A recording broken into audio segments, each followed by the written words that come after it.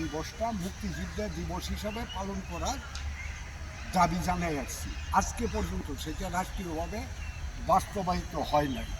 আমরা দাবি করছি যে প্রত্যেকটা সবার এক একটা দিবস আছে, কিন্তু এই যে মহান মুক্তিযুদ্ধে অগণিত শহীদ হয়েছে, মুক্তিযোদ্ধারা পঙ্গু হয়েছে, যাদের ত্যাগের বিনিময়ে এই দেশটা স্বাধীন হয়েছে, সেই মুক্তিযোদ্ধাদের কোনো দিবস নাই।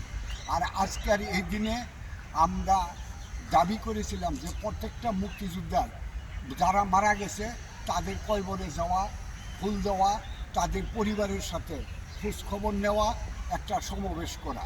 আজকে কি পরিস্থিতি আপনারা জানেন।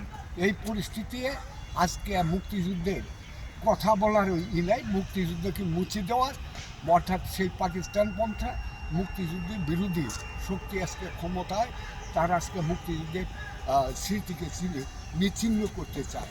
কিন্তু আমরা শপথ করতে পারি একজন মুক্তিযোদ্ধা হিসাবে, যেমন লড়াই করে আমরা এই দেশটা স্বাধীন করেছি, যতদিন জীবন আছে আমরা মুক্তিযুদ্ধের আদর্শ অসাম্প্রদায়িক, গণতান্ত্রিক, সমাজতান্ত্রিক, প্রগতিশীল একটা সমাজ গড়ার জন্যে আমরা আমাদের সংগ্রাম চালিয়ে যাব।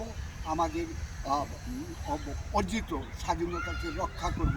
সবাইকে ধন্যবাদ।